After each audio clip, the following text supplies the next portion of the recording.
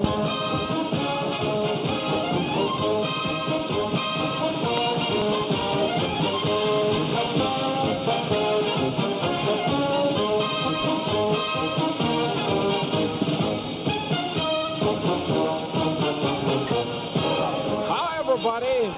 away we go with another edition of the Stampede Wrestling Show.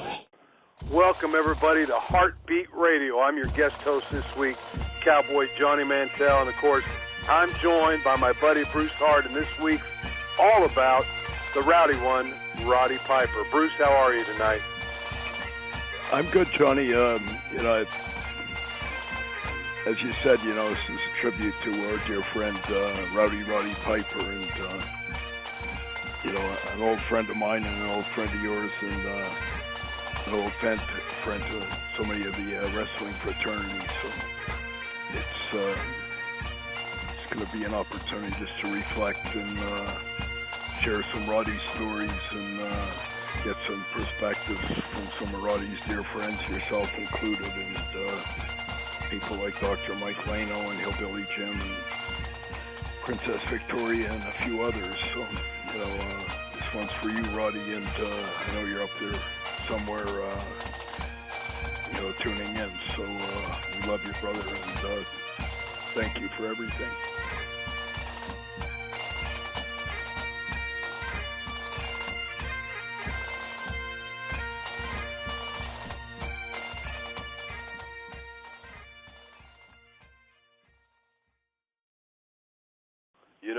The bagpipes bring back lots of memories for me because I saw Roddy practice and do a lot of things with him, but I bet a lot of people don't know this, and he told me this, and I don't remember what year and how old he was, but his first trip to Los Angeles, California he marched with a group that played the bagpipes, and they marched in the Rose Parade sometime late 60s, maybe very early 70s sometime. I remember him telling me stories about that, him and I driving to Bakersfield or one of the towns in California, and him telling me stories as a kid coming and marching in that parade, playing the bagpipes. Oh, yeah, he was the real deal, like with the pipes, unlike a lot of the, kind of facades in our wrestling business where people aren't necessarily what they make themselves out to be. But Roddy was legit in that respect. Roddy had a long uphill climb to attain stardom and respectability that he did. I remember when he first broke in way the hell back in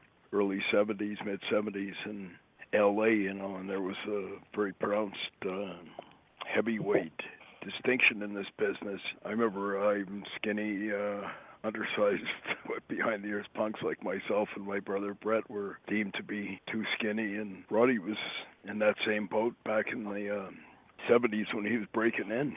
He was kind of down in L.A. primarily because that was, kind of a quasi-junior heavyweight territory a bit, so they had a few Mexicans and some of that, so that was one of the few places where a guy like Roddy could even get work.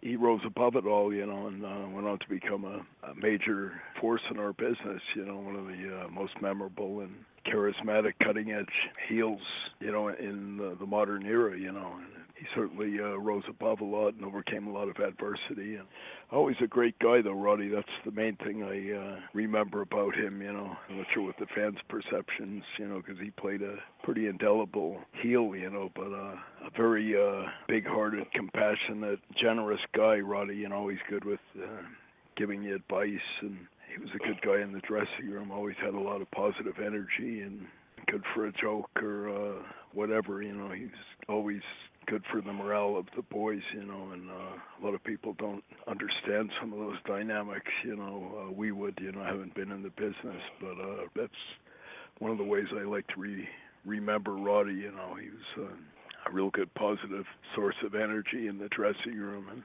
that certainly transcended into the ring. I can only imagine the very first WrestleMania with all that tension and all like that. I'm sure Roddy was one of the guys keeping Mr. T and Hulk Hogan and Vince and all those guys kind of loose and keeping the tension down, and that was one of the things that made him as memorable and as beloved as he was. He always had a smile on his face. He was always positive.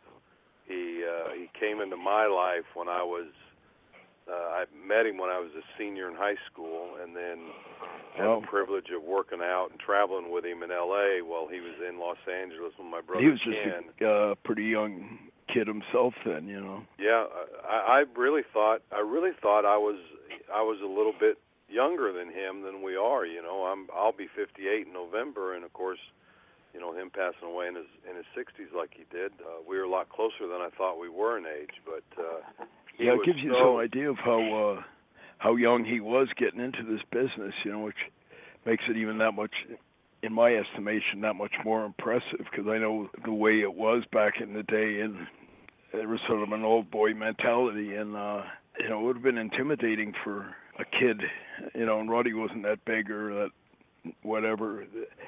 It would have been intimidating for a 15-year-old kid like Roddy to you know, be walking into a dressing room in Minneapolis, which is a pretty intimidating territory at that time.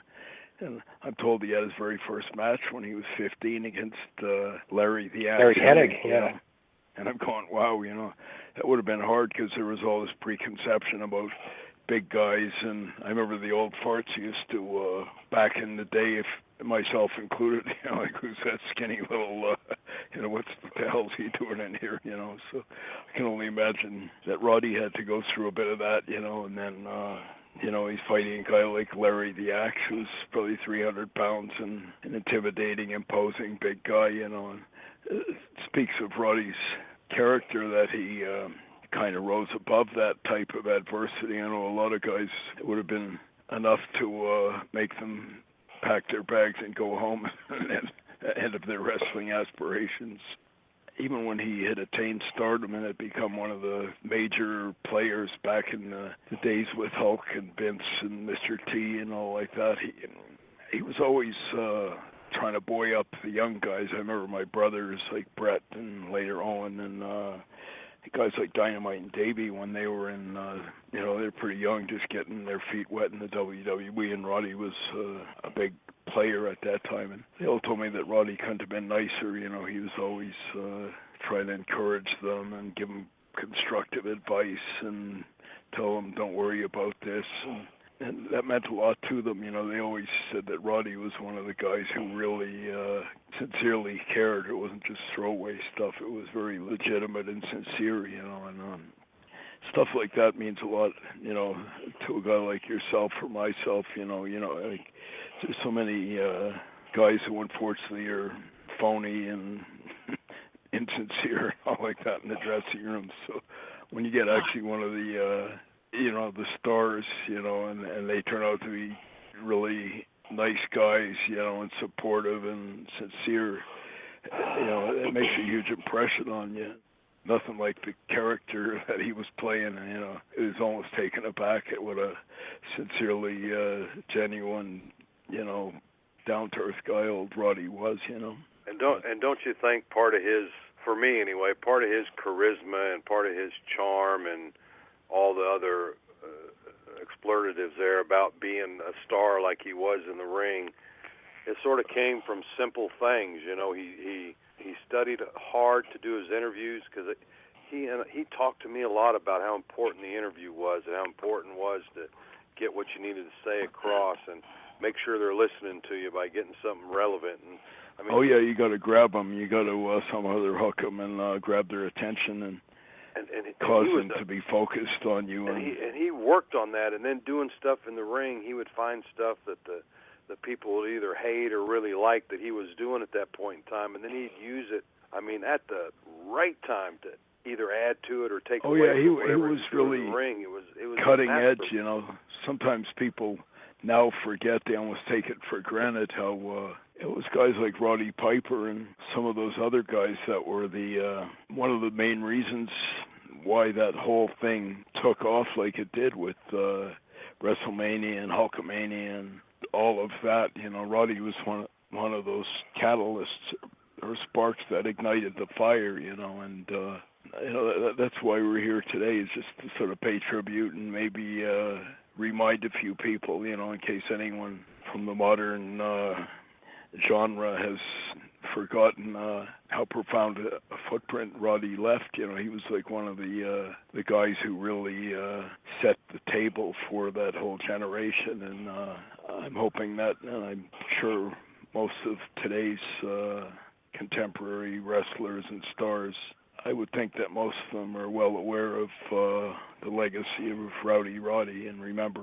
you know, this guy was a real giant in the evolution of our business. And you know, you and I talk about this a lot, but it had to, because Roddy was so into this business as I grew up in it and as you grew up in it, it had to get to Roddy too, even as chipper as he was when our friend Vince sort of went a different direction and really started changing stuff. Piper knew enough to get himself in and over and to do it, but you know it had to get to him because he loved it the other way. I totally agree. You know, I think I know there's a number of other contemporaries of Roddy that, and I've talked to them, and you and I have both talked to them sometimes even on this show, and there's far too few of those guys who could just go out there and ad-lib and extemporaneously cut a promo or, you know, get into whatever kind of improvisational skit or whatever and hit the ball out of the park with it, you know, and they didn't need a script, they didn't need a bunch of cues and prompts, and they would just go out there, and I doubt if they even knew what they were going to do. It just would unfold, and Roddy was one of those guys, you know, and when I was breaking in, there was a number of guys like that. They were like the Terry Funks and the David Schultzes and some of those guys, you know, and you didn't even know what they were going to do, and I don't think they did. Man, it would be incredible, and they'd have you kind of on the edge of your seat if you're a fan. If you're one of the boys, you're like, whoa, you know, and wide-eyed awe, this kind of thing unfolding, and you know, there's not enough of those guys around, you know, sad to say, you know, and the scripting and choreographed crap and all is kind of taken away a lot of that, but I still, every now and then I'll see a guy flying by the seat of their pants, and it's like, wow, this is the way it should be, you know, and it kind of reminds you of how brilliant and inspired a guy like Roddy was, you know, and you know, like, geez, how come there isn't more of that today, you know? Well, I'm just going to tell you on Hart Beat Radio tonight, the legends and the stories are going to continue, and Bruce, I've got some quotes from people that I'd like to read to everybody. On behalf of the Cauliflower Alley Club, it is with very heavy hearts that the board members and myself have lost a dear friend in Roddy Piper. Many of us have traveled many miles with Roddy, as he was always so pleasant to be around. One of the greatest talents that the wrestling industry has ever seen, Hot Rod was a pure entertainer, as well as a wonderful husband and dad. He loved life, and he lived it. Simply said, we lost a wonderful, genuine human being. Our deepest sympathy to Roddy's family. His memories will be with us until we meet again in a better place. May God bless your soul, Roddy Piper. Sincerely, B. Brian Blair, President of the Cauliflower Alley Club. Yeah, I certainly echo those feelings, you know, and very well and articulately put by President of the CAC, my good friend, B. Brian Blair. Absolutely, absolutely. And again, it's you know, it is a time to think about the business and where it's been and where it's going and how guys have gotten there, and to really look at somebody that covered both, you know, really two different eras, and yet today, if you announced him in an arena, he's as over today as he was 10 years ago or 20 years ago. He did maybe even more. Way. I think people, maybe even more. I think a lot of, like, reminds me of the Muhammad Ali syndrome, you know. If you look at today's and you look at Smokin' Joe and Muhammad Ali and some of them, it's almost like you yearn for the, you know, the past. You go, wow, I wish today's guys were as good or close to as good as those guys were, you know. That might be Mr. T or the ghost of Jim Barnett pulling a rib on us. I don't know. Oh, my goodness. I'm told that my brother Ross is. Are you on that line, Ross? Yeah, I am, Bruce. I've just been listening to you and Johnny. And what I really liked about Roddy is that he was an underdog performer who, as you guys alluded to, overcame a lot of elements to be successful in the business, because he wasn't a big guy and nobody gave him any breaks or opportunities to break in as a smaller guy coming from Winnipeg, Canada. And he was successful just because of his energy and passion, and he did incredible promos, and his work was so intense in the ring, and he overcame so many odds as a smaller performer, and he had to really make a name for himself in some pretty small promotions, even working for I think Tony Condell in rural Manitoba, and I think in the Maritimes he worked for the Cormiers, and then eventually worked for Mike LaBelle in L.A., and that's sort of where he got his first break, I think, working a big rivalry with Chavo and Mondo and Hector Guerrero, and I think that's sort of when his career took off. But it was just incredible, the energy and passion he had in his work and with his promos, and really being able to play the bagpipes. Like, he was musically gifted, unlike a lot of other wrestlers who pretended they could play guitars or instruments, and they really couldn't. But yeah, but I always liked that he was an underdog performer, and he really stuck up for the underdogs, guys that weren't maybe getting a push or a break, and he really advocated for them, and for promoters as well. And he would never work in opposition to Don Owen, the Portland promoter, who he had been successful with earlier in his career, and he had told Vince, when WWE was really becoming mainstream, and Vince was running in all the different promotions and putting promoters out of business, and Roddy told Vince, I won't work on any shows in opposition to Don Owen because I have a loyalty there, and I won't work in opposition to him. And I think he was probably one of the only wrestlers that could call his shots or his terms there, and true to his word, for the longest time he never worked on any WWE cards in Oregon because of his respect and loyalty to Don Owen as a smaller promoter. Yeah, Rob, this is Mike Lano. I don't mean to interrupt it. I want to say that there were some boys that were loyal to the Hart family, and Stu in particular, which is always noble because you hardly find it. I don't want to interrupt anybody, but I got back from I drove down from the Oakland area to Roddy's memorial in Los Angeles. I was invited to come down there, and they wanted me to hang in the entranceway of the Comedy Store all of my photos from him from 1975 until just a month ago at a Mark Fest, 40 years of covering Piper. And it's not like he's the only guy I covered, but I happened to be on 2 Japan tours, or I was in Japan when he came in. That's a whole nother story. But they did a magnificent job, if I can be really brief with this. His best friend in the whole world the last 35 years was a movie TV guy who's not part of our world, Mitch Ackerman, and along with Noel Kim and some others. They really did a fabulous job putting this thing together at the Comedy Store. I had some knowledge, that he was doing this, but trying to learn stand-up, and guy after guy from that world who they'd sort of been close with him, but just the last year, said he was like exhausted because he was still making these almost every weekend trips back from their new home in the L.A. SoCal area to back east where all these fan fests are. He was doing that, the stand-up, all of this other stuff. But I don't want to take up any time. Do you guys want me to give a brief review of what happened at his memorial? Who was there? Or absolutely.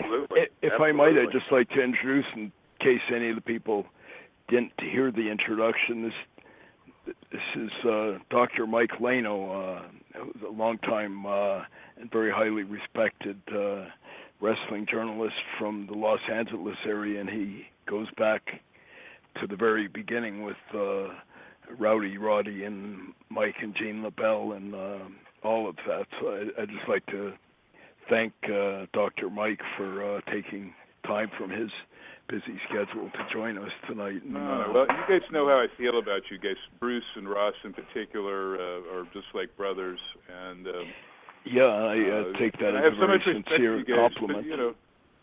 But, I've only covered the biz since '66. That was the very first time I had a magazine article with photos and pics in it. And I didn't cover Roddy right from the Winnipeg Al Tomko days or anything like that, or Tony Condello stuff. But 75, he happened to just do a smattering of stuff. I just happened to be in the area covering other guys, Kansas City and Houston, before he came into our territory, which was the Battle Royal night. I think it was January 16th of 1976, but it was January 76, our annual biggest show of the year. You guys know, most of you guys know the story that Red Bastien, who was co-booking or fully booking for Paul Bosch in Houston, was sending him to Don Owen in Portland, and also Roy Shire in San Francisco. But I think the primary thing was supposed to be Portland, and he was just going to do a few dates for his.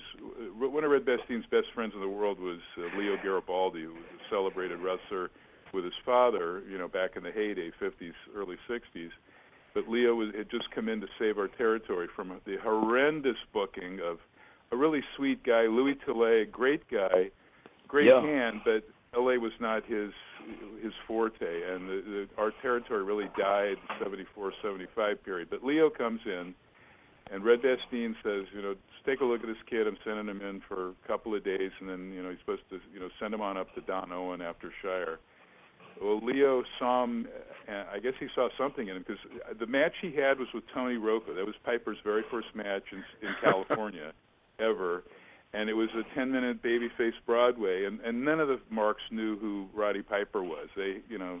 And not many people really in the industry knew who he was, but he has a sort of bland babyface thing. He had bleached blonde hair. I have all the photos. I'd be happy to send you guys or Bob or anybody there of that night. And then he's in the main event, the Battle Royal. And the long story short, Leo Garibaldi, against Mike LaBelle's wishes, turned him heel 3 days later in San Diego. He had to cajole Mike LaBelle and our publicist, Jeff Walton. He said, I really think this guy has it.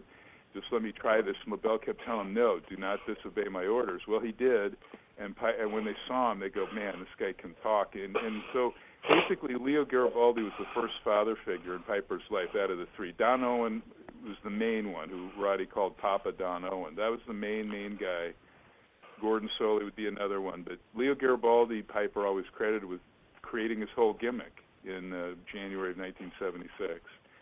Told him he already knew he bagpipes. One thing I didn't know from his daughter Ariel at the Memorial Monday was around 73, Roddy was ranked as like the third best bagpipe player for his age in the world, which is surprising because he didn't play all that many tunes on it when he started. So he starts playing the bagpipes, and long story short, Mike LaBelle, he's just our killer heel, and they start having him manage guys and doing the heel referee gimmick all at the same time he's the main eventer as the lead heel in the promotion, primarily for those 3 years in L.A. against the Guerrero family. One by one they came in, Chavo, and then Gory came in, and Mondo and Hector. And Roddy lost his hair twice in L.A. once to Chavo, and then he did the pretending he wasn't even bald or anything like that, and soon after wearing a hood. And when he lost his hair a second time to Hector, that's when he put on the Canadian, which is of interest to you guys. He puts on the Canadian gimmick. Doesn't speak. Everybody. Is that when he wrestled as the masked Canadian? Yeah, and the funny thing was he was feuding. By that point, Red Bastien had come in, not under his own name. Here's the stupid stuff, like Vern Gagne bringing in the fantastic Dick Beyer, the Destroyer, but making him change his whole gimmick to Dr. X. Why not capitalize on the fact this guy's an international superstar as a Destroyer, he's already a total legend in Japan. Well, that's what they did with Red Bastien. He finally comes in when Leo Garibaldi's still booking. He comes in from Houston to stay. He's the face, but he's wearing a white hood as Texas Red. Now, had they, they would have. Why not utilize the fact that this guy's in magazines? He's the Bastien brothers, all this fantastic history, but they don't do it. So Piper is feuding against Pat Patterson, who'd been fired from San Francisco, a Canadian, obviously from the Montreal area, and then Bastien, and really these guys were, lending their expertise and really helping elevate him. But another point that I spoke at in L.A., and I just bringing this up out of the blue, I don't want to forget, was, correct me if I'm wrong, but at the time in 77 and early 78 till Lonnie Main died, Roddy Piper and Lonnie Main were the only two guys that I can think of in the glory period of the biz who were main eventing two distinct territories at the exact same time with each other. I'm not talking about a touring attraction, a fantastic touring attraction like Haystack Calhoun or guys before him, later Dusty or Andre, but I'm talking about two guys that were on TV week in and week out. They were doing a killer schedule, which is, again, the auto accident. Lonnie's, instead of flying, he's driving. He gets hit by some drunk driver and dies trying to make L.A. to San Francisco. And that's when I had to drive those two guys to the airport, which was insanity. At times, not a whole lot, but about 5 times from the Olympic Auditorium to LAX or Burbank Airport so they could make the Shire TV. But do you guys, can you recall anyone, and these guys, so in LA, they're a tag team. They're always in the main event, either Lonnie or Piper against one of the Guerreros or Mascaras. In San Francisco, Piper was the heel, Lonnie the face, and they're in the main event against each other. But two guys main eventing two separate territories at the exact same time. I can't think of anyone who did that. Unheard of, very every now and then my dad, I remember, would bring up a guy from Amarillo, like a Larry Lane or a Buck Robley, and they would come in for a weekend or something like that. But no, these guys did it for like a year and a half until Lonnie died. And basically, that's when Piper had enough of the LaBelle paydays. I don't want to be disrespectful to Mike LaBelle, but he did F a lot of people on paydays. So then he went to work full-time for Shire and then the Magic in Portland. And that was something else I talked about was the WWE, how long was that thing? 5-minute video. And it was fine. It was well done for what it was. But if you were a Mark or fan just looking at it, you thought, his career didn't start until like late 83, 84 with the Piper's Pits. No, he had a whole decade of magic. Los Angeles, San Francisco, Portland, huge. Mid-Atlantic and then Georgia, huge. If Piper had only done those things and had stopped wrestling and never come into work for Vince full-time, he was still a star. Had already some legendary stuff in the biz. And that was a point I wanted to bring up. That was what their little vignette. So they show that on a Raw. They replay it on a Thursday SmackDown. And then it's like the fans, we're just supposed to move on. We're not going to be remembering Roddy or Dusty Rhodes or Vern Gagne or even ever mention Buddy Landel. And I was telling people in the hall before they started, and a lot of people were saying the exact same thing. Yeah, F Vince, we're not going to stop forgetting about Roddy Piper just because they want to move on with all of their SummerSlam plans and blah, blah, blah. And then the other important factor that I brought up that their video didn't show were these incredible friendships that Piper cultivated or just came across in Los Angeles. One of the first, not the first guy he managed, but one of the first, Keith Franks, who later became Adrian Adonis. They stayed lifelong friends. What he was called the Cowboy Ron Bass, later Outlaw Ron Bass. Ron Bass, Piper, he stayed friends. And then Lonnie Main, his first older mentor, those guys were inseparable. And then another one was our old friend Rick Martell, huge fan that of Roddy's. Was Portland. I think it got in Portland, Martell, the Sheep Herders, the Crazy Kiwis, the Bushwhackers. Rip Oliver, some of those Mike guys. Mike Miller, Rip Oliver, Buddy Rose, Ed Wiskowski, Dave Sierra. Piper had, those guys were friends. I don't want to forget Grappler Len Denton. And then, you can't, how can you not think of the Charlotte days, the Three Musketeers there, Flair, Piper, Steamboat.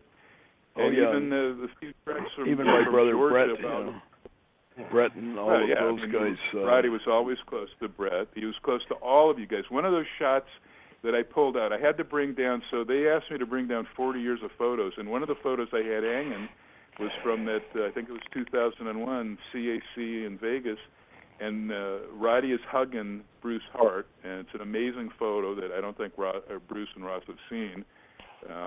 And your whole family, Diana was there, Stu, and some of those shots with Roddy all over. I'd love to get a copy of that, Mike. I know I got a couple. There was with, I think, Pampero and with Mondo. And at one of those CACs, I think the last year that Stu was alive. And Roddy couldn't have been nicer. I think Stu only came to this one. Maybe he came to 2 in a row. Maybe that was it. Yes, that's right. Yeah, and I remember there was Diana, I think, only came to the one, but Roddy's... This would have been maybe 02, so 01 or 02, somewhere in there. 2001 and 2002. because, of course, we can't forget Bruce's fantastic speeches, which I was applauding. And I said I was next to Jack Briscoe, and at times Briscoe was applauding. So don't tell me that Bruce Hart wasn't speaking truth to power, because that's exactly what Bruce Hart was doing at that thing. 2 years in a row. I loved it, and I'll go to my dying day saying the majority of us loved it. So anyway, the Piper Memorial, the best speeches at the thing were, Mondo Guerrero didn't speak, he was there. The best speeches, Chavo Guerrero Jr., who told some great stories that his dad had passed on to him, that Gene LaBelle in Los Angeles takes all of the Guerreros, well, the 3 Guerrero kids, and Roddy to go dirtbag racing up this giant hill, and Gene had this trophy made that he was going to give to whoever, I guess, could get all the way up. It was like super steep, not 90-degree angle, but anyway, long story short, Roddy made it all the way to the top, but he got stuck in barbed wire.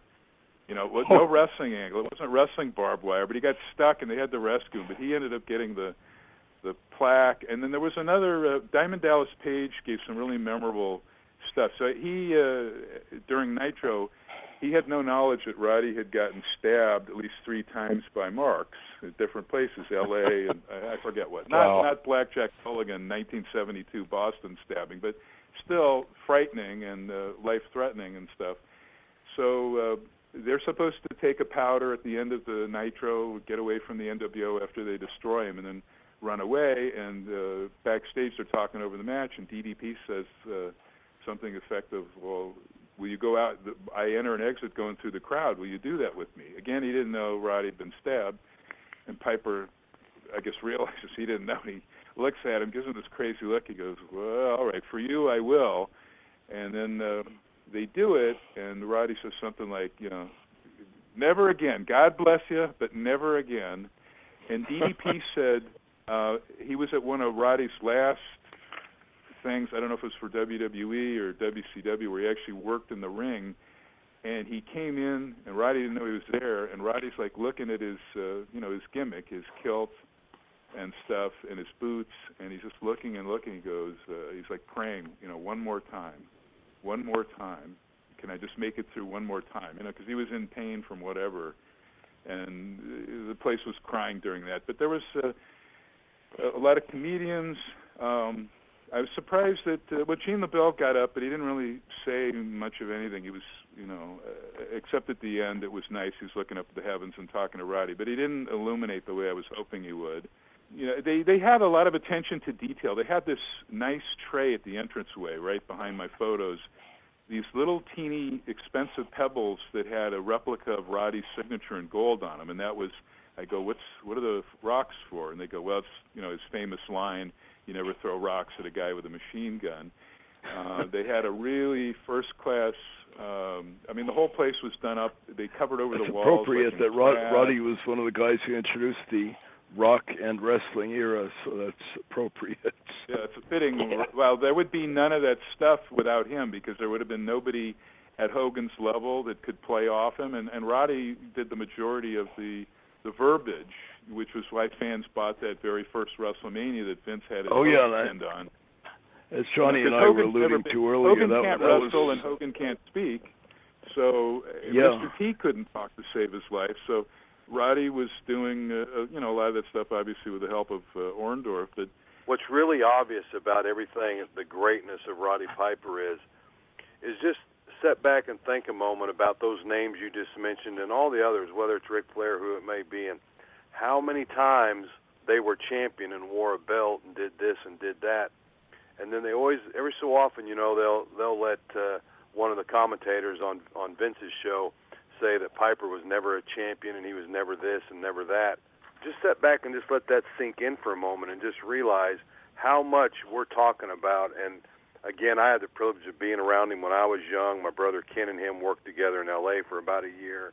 It was a great time. I was going to say, I got a photo of them in the dressing room, that tiny, dinky, skinny Olympic Auditorium dressing room. Ken Mantell also lost his hair. I think the pork chop cash in '75. We had the luxury of having Ken Mantell there for X amount of period of time, and he was there. He and Bob Orton Sr. were there leaving as Piper came in, but at least there was some magic there. Tolis, how great is it having a John Tolis, a Piper in his early stages, a Kenny Mantell, who was what a fabulous junior heavyweight champion in the world when it mattered, when that was a real title, and Bob Orton Sr., who was just there to have fun with Tolis, one of his old 50s friends. That was the only reason he came in, to spend time with Tolis. Yeah, but just imagine. I mean, again, think about all those names that we're talking about, and they all were champions and wore the belt, and yet they never had to do that with Pipe. They never had to put the belt on Pipe because he could stay over and draw people. He didn't have to have that. He could do it without any of that hardware whatsoever, and he still got the job done. And I think that really speaks volumes for how powerful he was and what he did in his business. Yeah, and how his that was a approach point I made. to the business was. They have that. I'm interrupting. I'm stepping on toes. They have that Georgia Championship Wrestling footage. Could they not have put in the angle with Morocco where Piper saves Gordon Soley? Could they not have thrown that into their little vignette? No, because in the recreation of history in Vince's mind, this is just my opinion. I'm only speaking to myself. I would agree. I was really talking about this Monday night at that Comedy Store. That, come on, 10 years of great stuff, just the Georgia stuff, the Mid-Atlantic stuff where he was amazing in Charlotte, and they have that stuff. They even have some of the Los Angeles stuff that I sent them. None of that made that video. And the other thing that pissed me off that I talked to Kitty about, so Piper's family, all but the one daughter, they have 4 kids. Anastasia was stuck back east going to school, but they had all the kids. Colt Piper and the family were the last ones to speak. Colt really broke down after his sister Astrid and the other one, Ariel, broke down. But Colt did the most. And I had talked to Kitty when they were entering through a secret entrance earlier that it pissed me off. I got an advanced copy of this Piper special edition WWE magazine that they had completed 4 days after he died. It was really thrown together. It had some verbal errors in there, claiming he came into L.A. in 73 when he came in, as I said, in 76. Just thrown together to make money. And I said, this, it's fine, because their magazine, they stopped publication of it, so they just do special issues. But it's fine if you're going to do something like this, like the tabloids do when someone famous dies, if they're giving you a cut. If they're giving you and the 4 kids money, okay, that's great. That'll sort of make up for what sort of looks sleazy and rushing this magazine book out. But if they're not going to take care of this family the way they took care of Vicky Guerrero and the kids after Eddie died, then that really blows chunks. And I'm sure, knowing them, because they have all the money in the world, that they probably are helping, and that's great. That's fine. But it just hit me the wrong way. I have 3 photos in it, but they sent it to me. They got those photos from PWI. They didn't even ask. They just sent me advanced copies. But the point was, when I saw it, I go, it's just too soon. How can you just slop this thing together? And a lot of the photos are in improper order. They don't make any sense the way they order. And just throw this out. Do it right or don't do it at all. I hope that WWE, with all the time they have, will put together a proper retrospective of his career, because they have footage of his career in Mid-Atlantic, before it became WCW and the Portland wrestling tapes, and I imagine they'd have footage of the Olympic Auditorium shows. Actually, they don't have. So I hope they put together a more thorough and complete retrospective, and do it right or not at all. The proceeds, the bulk of the proceeds should go to his what they're family. Going to do? They're going to put that footage. They're going to make a DVD that fans will have to buy. And oddly, they have a little bit of the LA footage that Jeff Walt and I sent them, but they don't have the Portland footage. They don't have the Portland library. I wasn't sure if they did or not, but it would be nice if they had that. But they have a great Florida. I'd just like to interject, Mike. We've got another really excellent guest on right now, and the guy that I'm sure you're familiar with is my dear friend Hillbilly Jim, and I'd just like to bring him into the mix here. I thank him for joining us, and I'm sure he's got a few perspectives on Roddy, and you guys might like to hear some of his takes. Well, gentlemen, I tell you, man, this is fantastic. Mike, it's good to hear all the things you're saying. I agree with everything. I got to tell you, just from my own world, this was like somebody hit me in the mouth, getting a shot in the teeth. I had no expectation of this. this was like pretty much what we all were thinking. This was just out of clear blue, and I'm still very stunned by this. I really can't say any more great things about Roddy that we don't already know and the fans already know. That is absolutely 100% bona fide. I got to spend about a month with him out there when we shot that Legends house, and it was, this guys was a particularly wonderful thing for me because of all the years I've been around the boys, we never spend that much time around each other. You see the guys on the road at the shows, at the TV or, wherever you're doing some kind of event, but you don't actually spend any time. So all of us, that 7 or 8 of us, got to spend about, 3.5 weeks, guys, pretty intensely. And I got to be around Rod, and I got to tell you, gentlemen, it was a pleasure. We made a lot of plans and had tremendous laughs, and I got to see him in a way that I never got to, to see before. He'd always been wonderful to me, and I've always loved Rod from TV. I loved him from the Georgia Championship Wrestling. I mean, what a man on the microphone. Nobody could beat him. He was absolutely riveting. You'd want to go to the matches just to see Roddy Piper, hoping he would grab the mic because he could actually mesmerize you with that stick in his hands. And I tell you what, he was wonderful to me always. We made some plans, guys, while we were shooting that Legends house. I know Roddy was doing the comedy stuff, and he does the stuff that he was doing with his bagpipe, and he knows how to play the guitar and sing and do a few things. And Roddy and I had actually talked over doing a couple of things. I said, Rod, that is absolutely wonderful that you'd even want to do this. I appreciate it. But guys, it never got to come to pass. But I got to tell you, Roddy Piper was one of those guys. He wasn't from the tattoo era, and Roddy was just what he was. And I got to tell you something. I am just absolutely stunned. As you gentlemen have said, that more has not been talked about this man. To me, he was as big a star as Hogan or anybody. I promise you he was. And just to know what kind of a guy, this guy was a real guy, too. I mean, this guy here was good to me, gentlemen, when he didn't have to be good to me. Because Roddy was already a big star, That's Bruce. usually the sign of... Jim, let me tell you something that might make you cry. I want to say this. The highlight of the event that I didn't even say, Monday at his memorial, with all the TV industry people from comedy, movies, and TV, and there were some major players there. But they showed the kids brought down home movies. And Roddy sings against the guitar, and Hillbilly Jim is, with his Sirius XM show, huge musician, historian, and great musician in his own right. So Roddy is singing on these home movies, and he has this song, and he sings about you. You're going to want to get a copy of it. He mentions you by name as part of the lyrics. He mentions Junkyard Dog. He mentions Snuka jumping off the top rope. So it's only his WWF family, the people he was very close to, and he was close to you. But you have to hear this thing. He's singing, and he's singing about Hillbilly Jim in his song. I can't tell you, Mike and Bruce and all you guys, how much I appreciate you doing this tonight, and I'm just actually, I can't think of a better word other than just stunned. I'm still reeling from this, Of course, when I was out at WrestleMania 31 out there in San Jose back in the spring, I could see Dusty was not looking well, and I was worried. Definitely about Dusty. I could see something, but I had no expectations or no signs of anything at all whatsoever with Roddy because I spoke to him and his wife at the Hall of Fame induction thing, and we were laughing and like we always do. And me and Roddy we would call when we can and talk, and when I got this news, it's just how many shots can you take, brothers? I mean, we're all at that point, Bruce. We talk about this all the time. It's just like every day, boom, there's another shot, boom, another guy. And I'll tell you, they're getting out here so fast.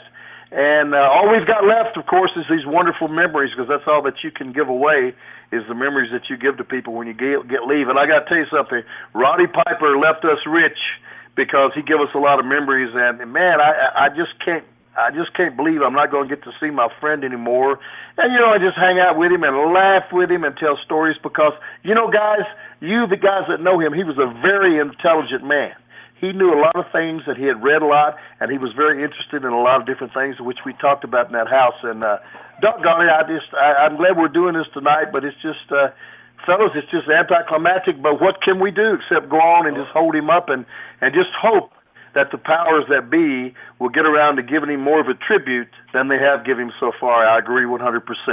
Yeah, I totally Absolutely, agree. Jim. You know, one of those big-hearted guys, Roddy, that every time I was ever with him, he never, wasted time backstabbing, putting guys down, even, different guys he had not got along with or whatever. But that was one of the things that impressed me, because more often than not in this business, guys are kind of knocking guys and putting other people down and blaming other people for whatever has gone wrong in their lives and all. And all I ever heard from Roddy was nice things about virtually everyone, and even that always made a good impression on me. Like, it's got a big heart. And his battery only had a positive pull to it, man. There was no negative pull on Roddy Piper's battery. Right. It was only a positive pull, man. That was Roddy that we all knew. And he went out of his way to kind of bring your spirits up, whether it was at some real sad occasion like my brother Owen's funeral or whatever. He was always, trying to bring you up and, kind of raise your spirits and all like that. And he certainly... Did he speak at Owen's service, Bruce? Unfortunately, he didn't, but, he was, a real source of inspiration to people when they needed it up there, and really went out of his way just to kind of make everyone, raise their spirits and all like that. And, let me say something, and then it'll be the last thing, because I know I don't want to take up any more Hillbilly Jim's time, but I was PR guy, set up 3 book signings for him when his book came out in 2001, 2002.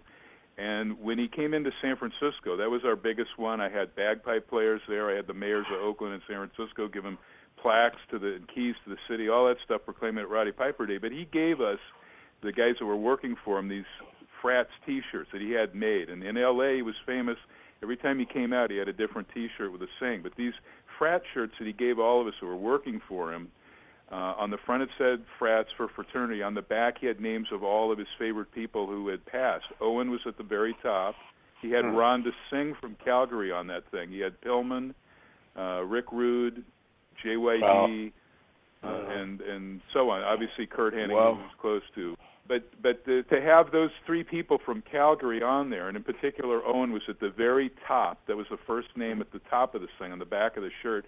And now it's like, we don't want to add Piper to that, that list of all these people that have passed, but he was so sensitive to that, and he wore that thing like, nonstop for weeks, that shirt with the names of all those guys on the back that we'd lost. It's just horrible. Only 61. Awful. Yeah, and, and surviving cancer years ago, and came back with so much energy and passion, and I think he still wrestled a few matches after that too, if I'm not mistaken. But how he overcame cancer and still had so much to give the business. Yeah, he never ever took any shortcuts, old Roddy.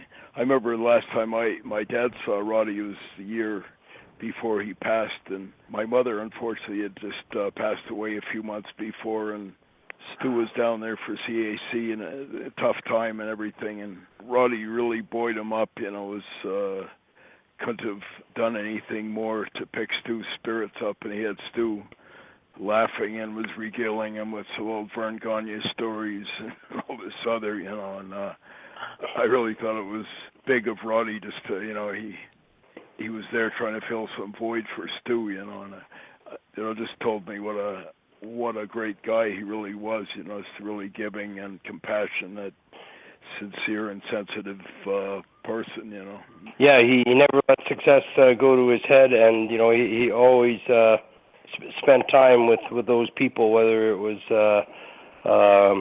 wrestlers who might have been beneath him or smaller promoters that he had his roots with, or just the fans at these fan fests. He was so down to earth and, as you said, very giving, and you can't say that for too many of the boys in the industry, but Roddy always made that time for everybody, and that's what made him so down to earth and humble, even though he'd accomplished so much in the industry and paved the way for so many in the WWE and WCW, and never took any credit for it. But without him, a lot of boys wouldn't have been as successful as they were, and we may not have ever had WrestleMania or seen the success that WWE has had, because Roddy really launched a lot of promotions and careers just because he made other stars look so good and gave so much passion and energy in what he did. I was going to ask you, Hillbilly, you were down there during the Hulkamania days when that things were just starting, when Roddy and Mr. T, and I was just going to ask you if you had any Roddy stories from back then when you were doing the stuff with Uncle Elmer and all like that, and Roddy was playing the quintessential arch villain, but it was kind of the thing that launched WrestleMania and Hulkamania and all like that. Well, that Piper's Pit was a big deal, guys. That was a big, well-received, really anticipated every time it came on, and it was that company spent a lot of time, making sure it was right, and Roddy wanted to be it right, and Roddy was wonderful to me. Of course, anytime you get brushed up against him on that pit, you're in the business you're going to get over. So I would talk to Roddy, and I think I would make Roddy laugh because we would talk about stuff, and he would always have things going. And I told Roddy one time, I said, Roddy, you got more issues than Newsweek magazine. And he thought that was the funniest thing because he's always got something going on, man. And he was like, yeah, I like that. I'm going to use it. Yeah, oh, yeah, I'm going to use it. He would just go nuts. And he was always just wonderful. And he always wanted to make sure. He gave a damn, guys. He really gave a damn. He wanted to make sure that he got you in there and he got out of it what he wanted you to get. Now, he was going to keep being RP, keep doing his thing, but he wanted to make sure that he got you over in there, and he would always do that with me, and always do that with me, and it was wonderful for me. I remember one time, gentlemen, I was working with him in Detroit. I don't know if it was the Joe Louis or the Cobo or whatever, but the Hillbilly Jim, the old country bumpkin from Mud Lick, Kentucky. I come out there, I dance around there, in the fans, and I'm a big baby face, right? Well, here comes Piper out, right? Piper's the heel, right? I'm telling you, for all the cheers they gave me, they gave Piper twice the cheers. And I'm thinking, well, what in the hell am I going to do here? I'm the baby face, but he's the heel, but he out-baby-faced me. And I was saying, I said, Roddy, you're killing me. In the match, we were laughing. Of course, he got a belt out and was strapping me around with it. And, of course, the fans were cheering, kill that stupid heel. But I said, man, I got a lesson in this deal. This whole thing is turned now. This whole baby face heel thing, I'm a little confused. And Roddy said, man, but what it was, he was so absolutely accepted and over by the fans. Roddy Piper's legend was so strong. And even through all that, he'd come back to you and he'd talk to me and he'd really apologize. I said, man, apologize. That was absolutely tremendous. He was just the best. And I'm telling you, at that time, Hulk Hogan was a big deal. But let me tell you, Piper was just as big a deal. Yep. You got to understand this with fans. It was just, the people need to understand this. RP was the guy, man. Nobody could talk like him. Nobody could paint the picture like he could with that microphone. Nobody could elude and exude that attitude that brother had. I mean, it was the best ever. And through it all, just the best guy. Like I said at the beginning, he gave a damn. He really cared. Sensitive guy, which you don't never know about all the boys in the business, guys, because everybody's tough and comes from different things. And it's a very calloused, tough, man business or whatever. But Piper really cared, and I got to spend some time with him. I'm getting choked up here a little bit, and that really, that's something I will never forget. That almost month that I spent out there in Palm Springs, California, with Roddy, because guys, believe it or not, Mike and all you guys, he was having a lot of problems at night sleeping. He said, Jim, nights aren't too good to me. He said, I don't sleep good. He said, I'm kind of tormented at night. I hurt a lot. And he says, I think a lot at night. And he said, I have a hard time. So he'd get up and wander around through the house, and we just talk about it. But I got to feel like he felt like he relaxed out there a lot, guys, after a while. And Roddy was just, it was to the point, fellas, when we left, we were all sad, like we didn't want to leave each other. Yeah. I mean, it was just the most amazing experience that I probably ever had as a grown man being around other guys, because you know how guys are. You see your buddies and it's a while. But, when you actually get to spend 3.5 weeks with guys every day, You really get to know them then. And I got to tell you, for all that group that was in there with me, I was just blessed to be one of them. And now that Roddy's the first one of us that's left, because Roddy and I talked about this, I said, Roddy, I hope we get this show on TV somewhere, placed somewhere, before one of us croaks. And I wasn't thinking about him. It was some of the older guys. I said some of the older guys in worse health, or the guys that got more complications. But Roddy he looked great and seemed great. So, it's just one of those things that we got to deal with. And boys, there's no answer to it, because we don't have an answer for why people leave early like that. You're right, 61 years of age. He had so much ahead of him, Mike. He really did. Kitty, his wife, said that the last week of his life he was having some difficulties breathing and eating and talking. He could only do like one. He couldn't do a combination of the three the way he'd always done, because he liked to talk, and regale people with stories. He never had any prior heart conditions or heart attacks or anything, had he? Or I don't know, but the sleep apnea had been occurring, just as Jim says, that as he said, the evenings weren't into him. Yeah.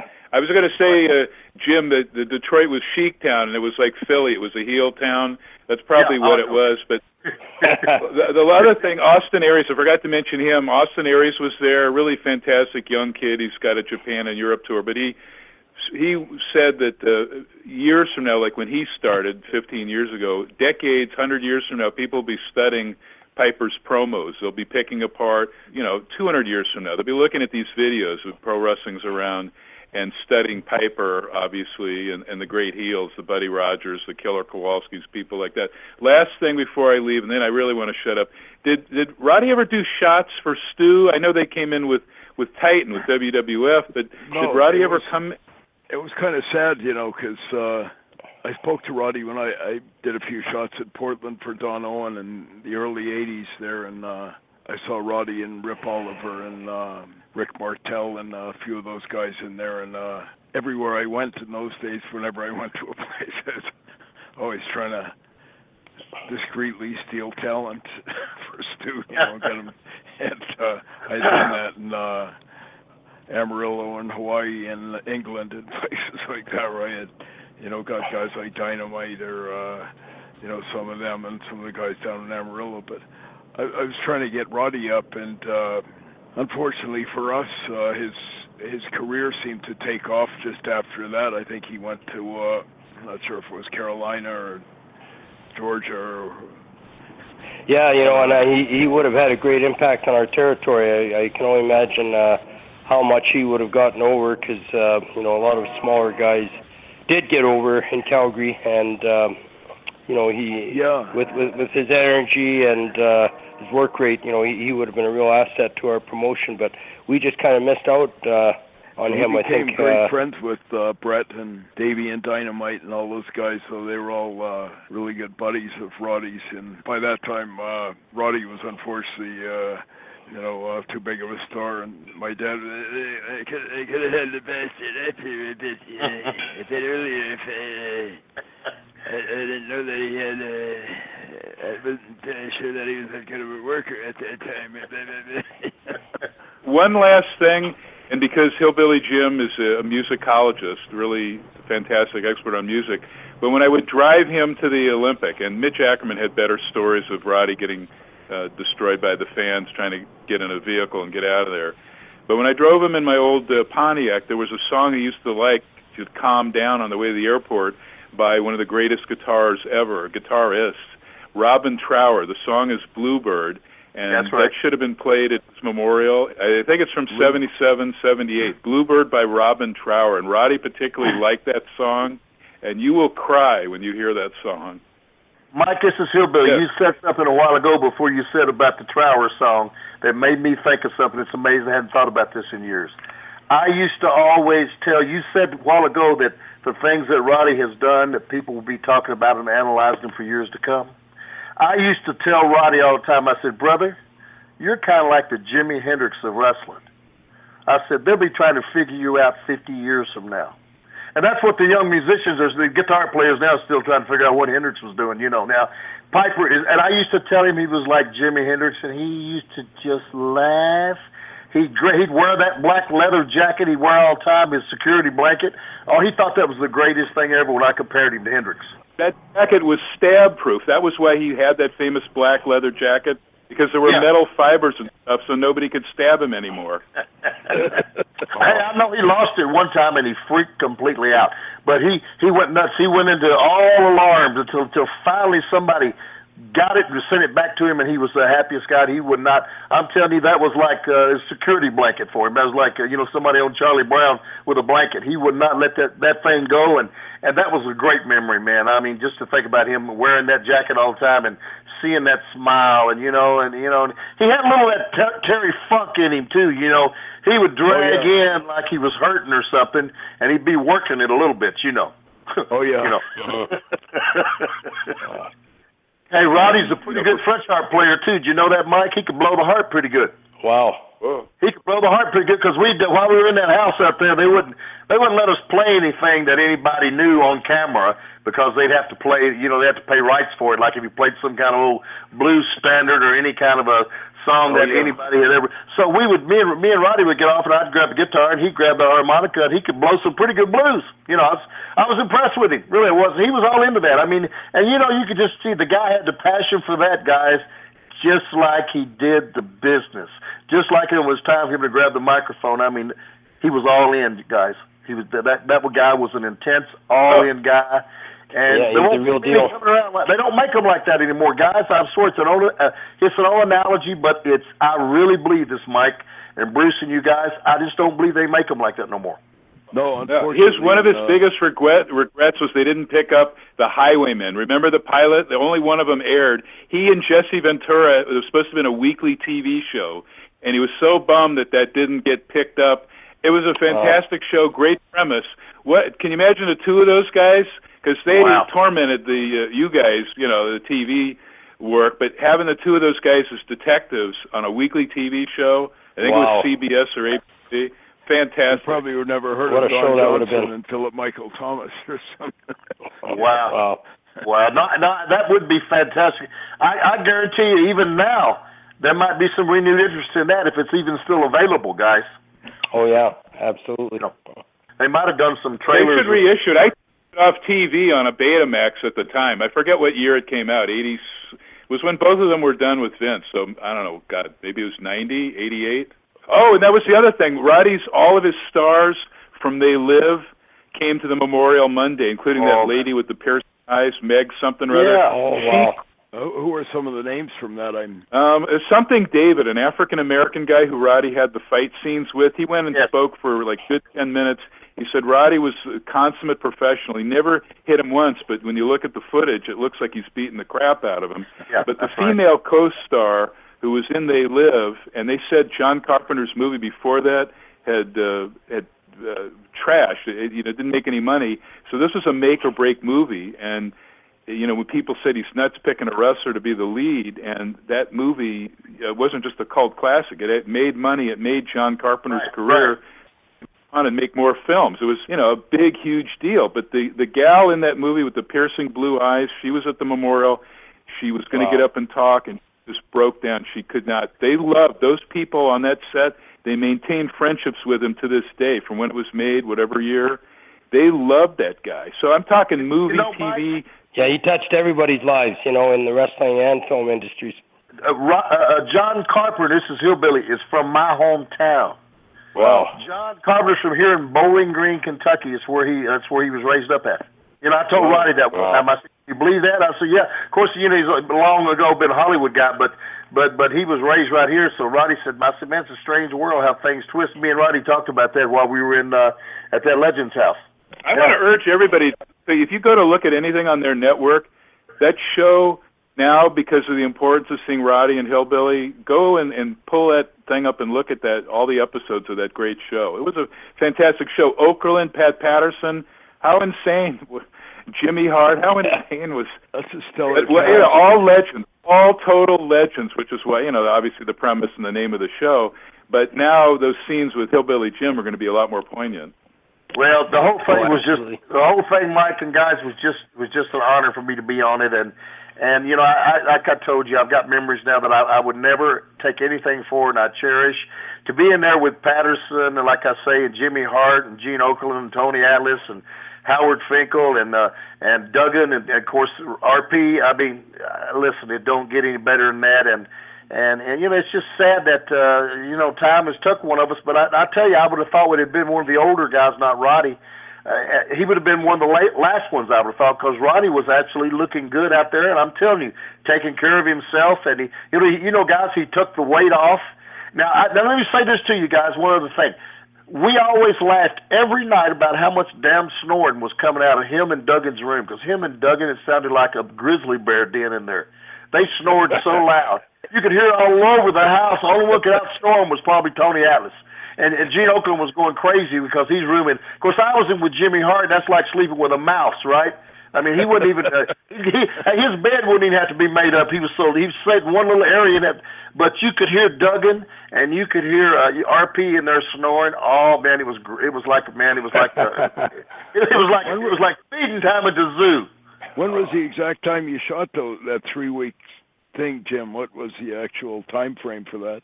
Well, we were going to do. I think we did we were going to do 3.5 weeks. It took us out there in California, and I'm trying to think of what year it was. It's 4 or 5 years ago we did. 3 or 4 years ago we did it, and they set it in the can, guys, for about 2 years before they ever brought it out, because we originally shot it because they were going to use it on that new WWE network. It was going to be where their anchor reality shows, and then they couldn't get. They were going to try to sell it. They were going to sell it to cable or a network like E! Channel, which would have been a great home for it. But the house was in Malibu, did you say? Hey, this is the cool thing. No, here's where we were, guys. We were in Rancho Mirage, California, which is basically Palm Springs. We were about 2 blocks away from the old Frank Sinatra compound. And the house that we lived in, somehow or another, the WWE worked with the National Historic Registry of Houses and got this town to let us stay in the house that was the original Harpo Marx house. Wow. Yeah, it was owned by Harpo Marx, and it was on the National Registry of Houses. And then, of course, they had to refurbish it for us. And then when we left, this entire crew that day we were leaving was taking everything down and putting it back like it was. But you know, and Roddy really didn't want to come and do that. I'm telling you, he just didn't know if he could do it. He was all uptight about it. But I got to tell you something. I believe in my heart, gentlemen. I believe he enjoyed it as much as any of us did. He's told me that since then, and it opened up some new bridges for him, and I'm forever grateful for that. Long live Roddy Piper's memory with me. I mean, none of us would ever get over him, but it's just sad that the brother ain't here to enjoy this with us tonight. I'm sure he's tuned in somewhere, kind of smiling.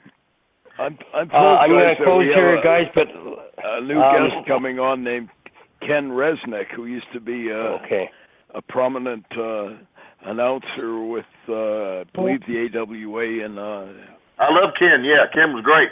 Hey, how are you guys? And I'm just sitting here thinking, now that would have been a tag team, Harpo Marx and Hillbilly Jim. Wasn't Harpo Marx married to Frank Sinatra's wife or something? I thought there was some correlation there. I don't know what the deal was. Oh, you're right, because Frank's wife. His wife was married to Frank or something. Previously married to Harpo or some such thing. I believe that's right. Yeah, something like that. I don't know if there's any correlation between the house and that and Frank and whatever. But anyway, thanks very much for coming on, Ken, and it's really great to have you on. And it's my pleasure. You know, I actually lived in Calgary for a good part of 1977 in correspondence with Bob. We both spent a lot of time just in a different decade eating at the old Moose Factory in Calgary. Wow. It's a long time since I've heard that name. I had a lot of meals there, and I can't help but think back before we talk about Roddy. I had a lot of fun. Did a lot of jigs in the ring with Hillbilly Jim. Ken, you were the best, man. I mean, you had if I'm not mistaken, you had a cool looking one of those Burt Reynolds mustaches for a while, didn't you? Well, that was in the AWA. In fact, when Vince hired me, I ended up shaving my mustache right in his office. I couldn't tell if he was using that or if he was doing soft porn somewhere. We didn't know what it was about. No, come on, Jim. You know I would never try and step on your shoes. I left that to you. Hey, the word Ken Resnick and soft porn don't go together. That's right. I think a lot of people would agree with that statement. Yes, sir, brother. Oh, man, I miss you, too. I wish I could see you. You think about the years, Kenny. I mean, we had so much fun. I'd see you in Minneapolis a lot, and you were with us for a while. I wish you'd stayed longer because I enjoyed you so much. Oh, I did, Jim. You were just one of the people.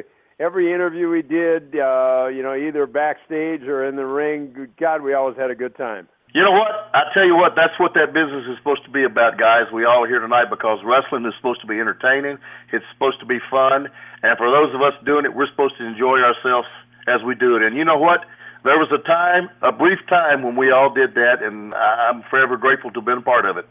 Yeah, it was, Jim. And, as great as the fans are, I often think the best part of being, in the business was the relationships. You had a chance, and the time, we all had a chance to spend together really away from the camera as well. Oh, the road trips and the, a lot of that stuff that we took for granted back in that's the stuff I usually reflect most fondly on, far more than maybe what went on in the ring and all, some road trip or some dialogue or some rib or some whatever, Well, you're right. I mean, really, so many of my fondest memories, and like Jim talked about having a good time, some of the most special times were really, at the arena, just sitting in the dressing rooms, but before the show, just sitting and visiting, and developing relationships.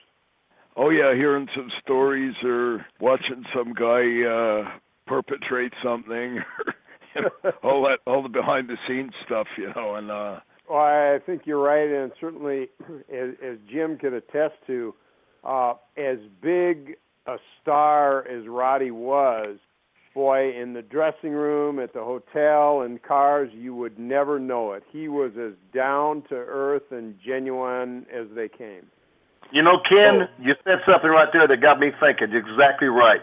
The most interesting thing about all the boys in the business is their journey. It's where they come from. Like when I'd see you in Minneapolis, I'd say, now, what's this guy? How did he wind up here? And those stories are that's the most amazing thing to me, how it happened like that.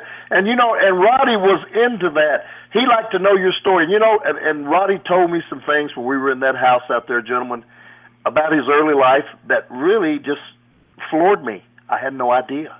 Some things that he had to go through from when he was young. And I mean, because we only see the guy that's the finished product, so to speak, guys.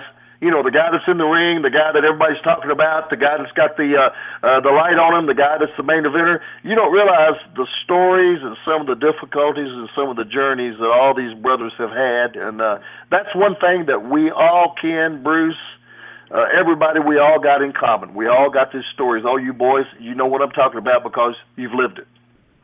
One of the things I always remembered about Roddy, when I left AWA and then came to WWF, I knew a lot of the guys that had been with the AWA, but I had never met Roddy. I mean, even then he was a huge superstar. Piper's Pit was as big as any segment there was. And I remember the first time I was at an arena when we were doing interviews, I saw Roddy come in, and he walked right up to me, stuck his hand out, and he said, "I'm Roddy Piper. I know exactly who you are. It's so nice to meet you. Welcome to WWF." I mean, normally it's the other way around, and he was. I mean, like Jim said, he had some stories, but boy, Roddy was kind of one of those guys that when you would run into somebody and they'd say, "Hey, how you doing?" Roddy really waited it because he wanted to know, how you doing? He gave a damn, Ken. He really cared. Yep, he really did. He was just a class act. And, the amazing thing for me as an announcer and doing interviews with him, he was so multi-talented, sometimes we would do an interview where he'd kind of be the, bombastic, rowdy Roddy Piper. And other times, depending, he would just go back and forth. I mean, he was an extremely bright guy. And he was one, like when I would see if I had, one day like 8 or 10 interviews with Roddy, every one would be different. You never had to worry because all you had to do is just kind of set the table for him, and he would take it. A lot of times he would just get on a roll, and other times he would go out of his way to kind of involve me in a back and forth. I mean, he was just a great guy, and on Raw when, following his passing, and I remember JBL talking about what an honor it was to work with him, and JBL said, one of the great honors of his career was that he was a guest on Piper's Pit. And I thought back, so was I for a short segment on Piper's Pit, and I wasn't sure how, sometimes Roddy, I mean, was so good, he could, just annihilate you within the first 10 seconds. Oh, yeah. And, I was a little nervous, and we were standing there before he went out, and just as he, walked out before he brought me on, he kind of gave me a little wink. So he was very kind to me. And I've got a couple photos, and I echoed what JBL said. As I think back, how lucky was I to say, yep, I was a guest on Piper's Pit. That's beautiful, Ken. I tell you. I used to tell him all the time, this is Hillbilly Jim, I used to tell him all the time, I say, Roddy, I used to see those interviews you do with Gordon Soley down at Georgia Championship Wrestling, and sometimes he could get that microphone, and I remember he'd say this, he would finish it up and put an exclamation on it, where it made you want, if you was a mark or a fan, you'd want to run and buy a ticket, right? Yep. He said, let me tell you one thing, mister, just when you think you got all the answers, I'll change the question. Yeah. And I said, oh, brilliant. that was one of the classics. Yeah. And, one of the great things, from my standpoint that, a lot of people don't realize or wouldn't know, of course, Jim would, in those days when we did an interview, we had a big countdown clock because the matches were taped, and we had 1 minute and 54 seconds to drop in the interview. And Roddy, it never failed. He could be on this, huge roll, or like Jim said, be coming out with this line that would literally, as I used to say, run, don't walk to get your tickets. But Roddy was always so cognizant of that clock where he would end right on the number. Every time, yeah. Yep. He was just an amazing talent, and as Jim has alluded to, and boy, I certainly second. And you know what, boys? I'm glad I had the opportunity just to tell him how good he was. Yep. And you know what? We had a lot of hours. Like I say, when you spend 3.5 weeks with somebody every day, when we did that reality show, Ken, they wouldn't let us do nothing. I told the boys, they wouldn't let us have a telephone. Nobody could use the guys that had computer. You couldn't use that. You couldn't look at a newspaper. You couldn't see a magazine. There was nothing, no TV. They wanted us, and we had a lot of time to be around each other and talk about stuff. Sure. And I found out a lot of things about Roddy and learned a lot of things about him, some interesting wrinkles about him that the average person would never find out. And I'll tell you, you just can't put a dollar sign on that, boys. It's priceless, Yeah, you'll always have those memories. And, Roddy was one that had certainly unbelievable and well-deserved success. But, Jim, as you know, he paid his dues to get there. Oh, yeah. Listen, all those things about him doing interviews and stopping on a second, he just didn't learn how to do them overnight. That was a lot of days riding up down the roads up there in Portland. A lot of those nights, like Mike said, going up and down the road in California. A lot of trips, a lot of years it took for that man to find himself. But let me tell you, when he got it, he knew how to make a stand. And Roddy Piper, I mean, let me tell you something, he could definitely command your attention anytime he wanted to. And he knew how to work you to the point where he could handle you, make you go any way he wanted you to, which was, I mean, that is absolute excellence, if you ask me. Oh, I used to, I always used to say to myself, and, you certainly worked with him, and especially being in Calgary, I always used to sit back and watch guys work in the ring and say to myself, Roddy Piper and Bret Hart were two guys that were so good they could have a hell of a match with a broomstick. Absolutely. Yeah. Ken, I wanted to mention that line from that movie about the bubble gum. One of his Hollywood friends footed the bill. They've created a soda that's going to be sold in Bevmo stores, etc., and it has his likeness right on the bottle with the sunglasses, but he's wearing a kilt. These are going to be sold all throughout the U.S. So we got to try it at his memorial. I spoke at his memorial and was there in L.A. At Hollywood on Monday. Wow. But the other thing, very quickly, Chavo Jr. got up and spoke, and he said that he and Eddie Guerrero, as babies, they were just young kids at the time, but when in '77, when Roddy went on and on about Gory Guerrero's wife, and he wanted to pay tribute to her and bring her out, this was in Los Angeles, again, our territory TV, my home base. He goes and he brought a jackass out, and that's who he was referring to as Mrs. Guerrero. And those two little kids weren't smartened up yet, and they were so angry and wanted to kill him. I love it. Yeah, I mean, his creativity was just second to none. He was amazing, but as Jim knows, and I'm sure you guys do, this was someone that paid his dues, but as big a star as he became, as a human being, he never changed. And here's the deal. If they wanted him to do more, and they needed him to do more, here's the deal. Here's what most people don't realize. By the time he got to the WWF and doing those things, there was so much going on there. They bought up all the talent all over the place and had all the Roddy could just cruise. Yep. If he was really pushed and they needed for him to really bring it, he could have done so much more. But it really wasn't no need to. Yeah.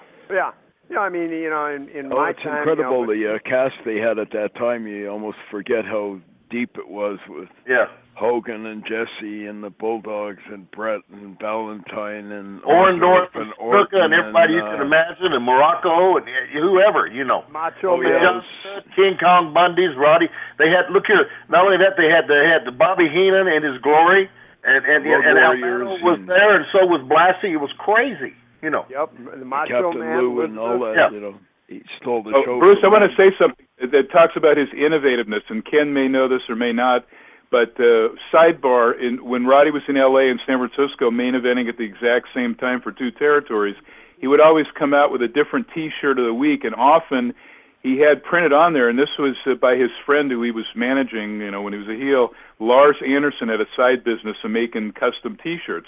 So Roddy comes out for TV twice a week in the Olympic Auditorium and all that with a different saying on there, but often they were reflective. The sayings we're talking about with Gerald Ford, what Jimmy Carter was doing, the hostage situation. He took current events, which I don't think any wrestler did. I can't think of any, and put it on the shirt and would be talking about current events within the context of his promos. And right on the shirt, talk about this or that, or it was kind of how cutting edge he was. When they're that creative, they're pretty intelligent. You've got to be pretty bright to be that creative. Absolutely, yes. But you're right. I didn't know that, but boy, I tell you, it doesn't surprise me one bit. Well, all of you guys are brilliant. You keep up on current events. So God bless Roddy Piper, and God bless all of you guys, and God bless Stu and Helen Hart. Before you go, I've got one more guest coming on right now. I'd like you all to welcome another dear friend of Roddy's and a dear friend of mine, former WWE Ladies Wrestling Champion, Princess Victoria, Vicky Otis. So thank you for joining us, Vicky. Hi, Vicky. Hey, guys. An old and dear friend of Roddy Piper from the Portland days. And you have not told the good stories about Piper in the Portland days. There was one day, and it was in my very early days, Velvet and I and Buddy Rose and Matt Bourne were all sitting in the dressing room, and Piper was in the crow's nest, and he was doing an interview. Well, there was a TV in the dressing room where we all got to watch the interview, and Piper did an interview where he said, I've got enough room in my belly button for Buddy Rose's brain, the heart of a promoter, and a cockroach egg. And we all sat there frozen because we knew Piper was fired. And this was in the Pacific Northwest with Don Owen. Oh. And Piper came back in the dressing room, and he sat down, and we all sat down, and we kind of looked at him, and here comes Don. And Don was of small stature, but he came stomping into the dressing room, and he stomped right up to Piper. And we all knew that the next word he was going to say was, "You're fired." And he looked at Piper and he went, "Let me tell you something. That was the best damn interview I've seen in a very long time."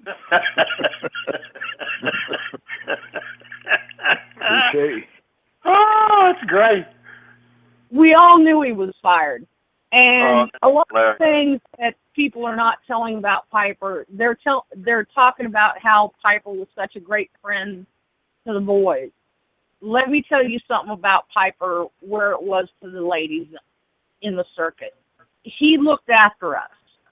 He made sure if we were in his territory that we made it to the correct motels. Because sometimes when you're in a territory, you know, the guys, they're going to be in a territory for 3, 6 months to a year, but we were only there 2 to 3 weeks. Right. So we really didn't know what were the correct places to stay at. And sometimes, I'm going to tell you, we hit some really bad motels. I can remember one day we were in New York, and I was following Piper in Morocco in Piper's legendary, I believe it was a yellow Mark V Lincoln Continental. And he went into the middle lane and he took a left across to the motel room, and I wasn't paying attention, and I just followed him too. Well, when I went to follow him, this car came out of nowhere, and I took this car out from the front of the back door all the way down the back right quarter panel. Wow. And I'm standing there, and I handed the girls everything that was in the car, and I told them, I said, "You go across the street, I'll handle it. You know, this is on me."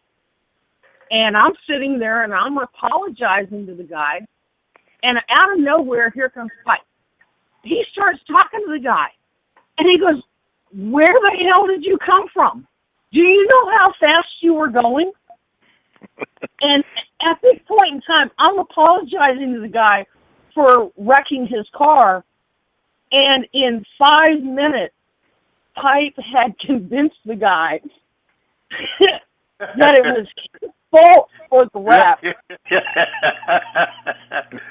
Wow. Convinced the guy to drive off. Now, like I said, I took his car out from the front of the back door all the way down the right corner panel, but I was in a Chevy Malibu station wagon, which was all steel, and the only thing I had to replace on my car was the headlight. And once Pipe gets the guy to drive off, he walks across the street, gives the victory sign, and says, 22 wrecks and I'm still living. That's about like it. Hey, you know, you said something about Buddy Rose a while ago, right? Well, let me tell you what he told Buddy one time in front of me. Me and him and Buddy were talking somewhere at one of those shows. Buddy had come back and was doing some undercard stuff, whatever they had him doing, and they were messing around, and Piper told Buddy Rose, he said, Buddy, not only do you have the worst body in wrestling, you have the worst body in any business.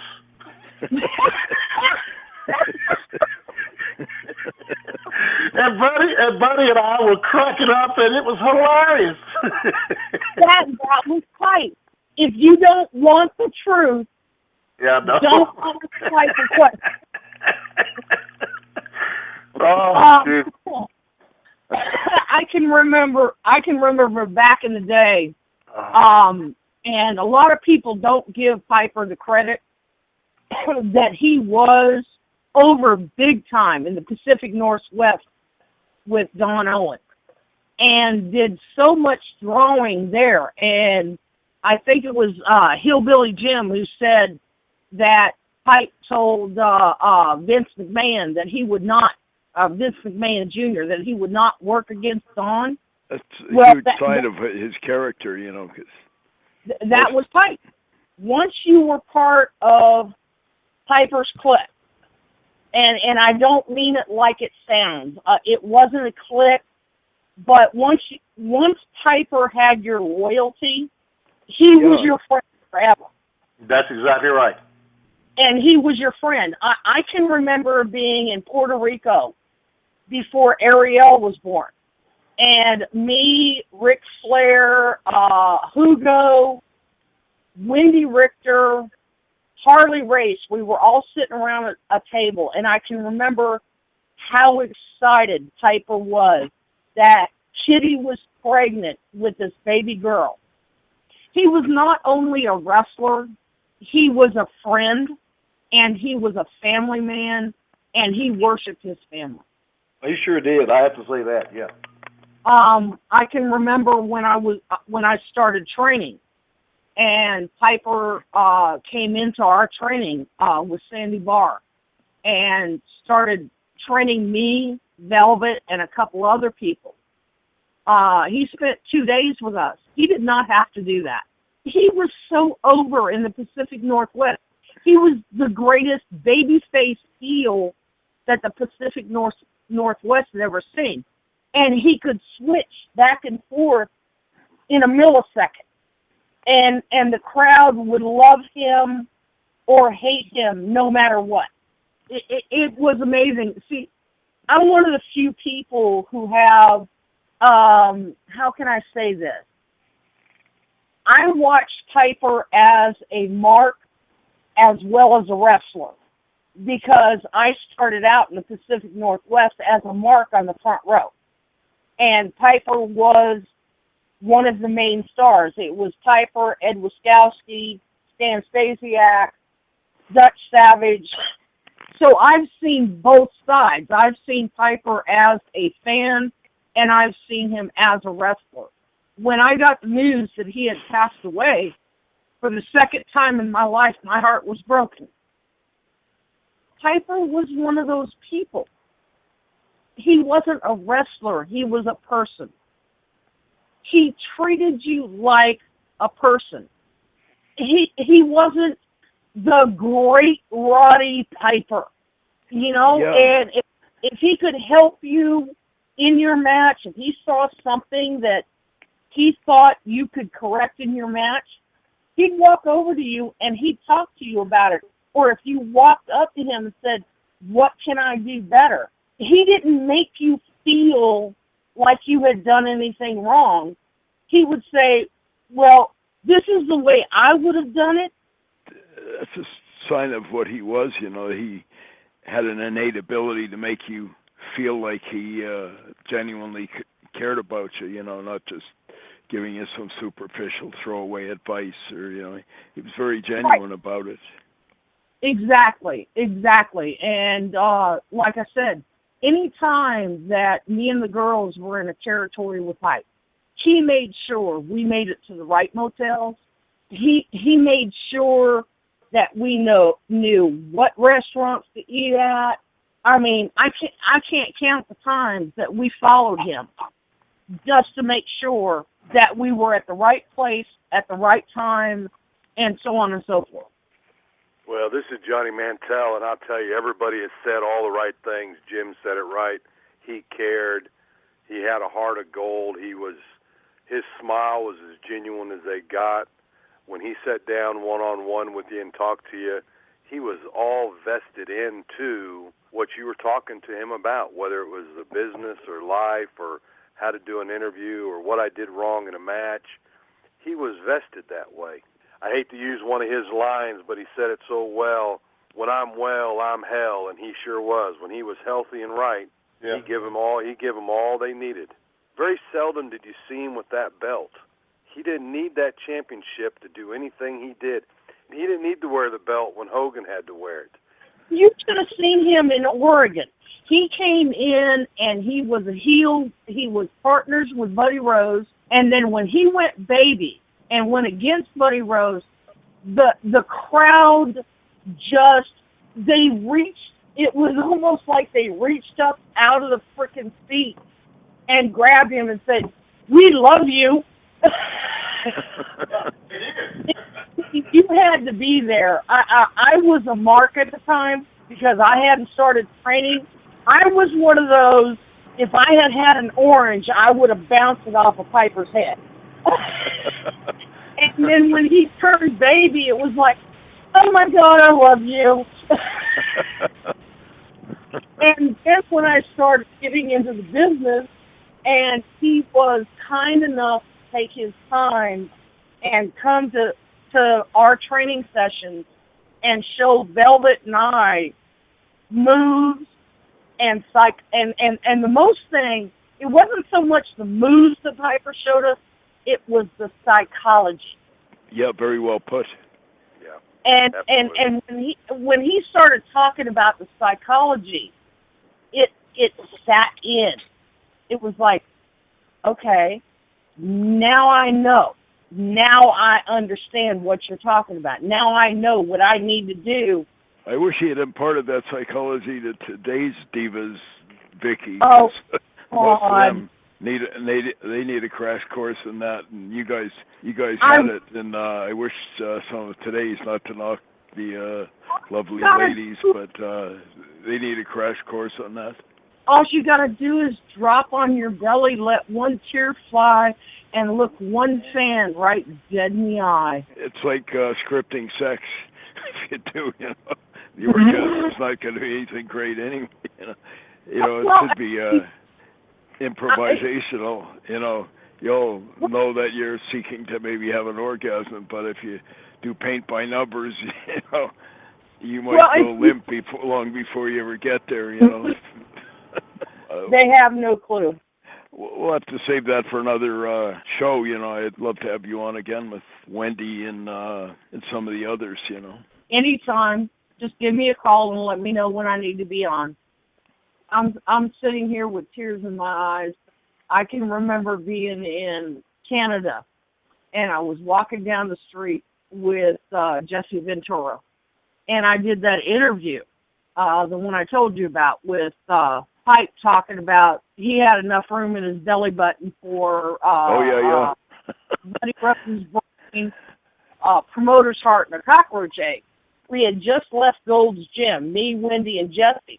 And we were in the middle of a crosswalk, and I was telling Jesse about this interview that Piper did. And he looked at me and he said, "Damn, girl, you do Piper better than Piper does Piper."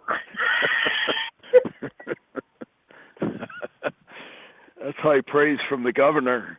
You ain't kidding. I remember it to this day, and I was, I think, 19 or 20 at the time, and I'm 54 now, and I still remember that day.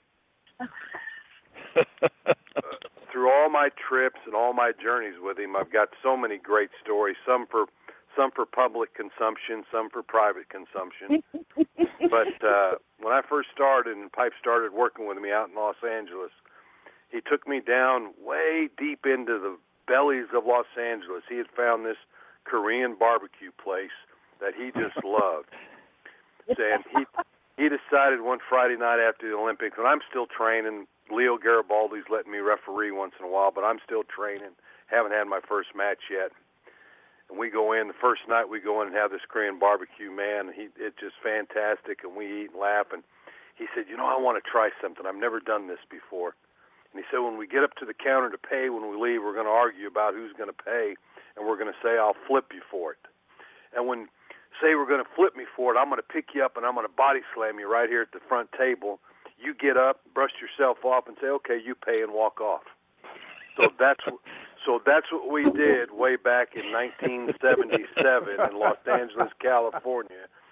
1981, Piper, Don Morocco, Hugo, Harley Race, me, and Wendy, and Ric Flair are at the Hilton in Puerto Rico. Ric Flair is floating in the pool upside down, and the only thing that you can see is Flair's nose.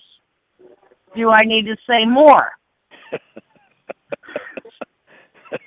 we're all sitting there having drinks, and about the time that Sika, Alpha, Hugo, and all of us at the table go to take a drink out of our drinks, Piper starts doing the theme to Jaws.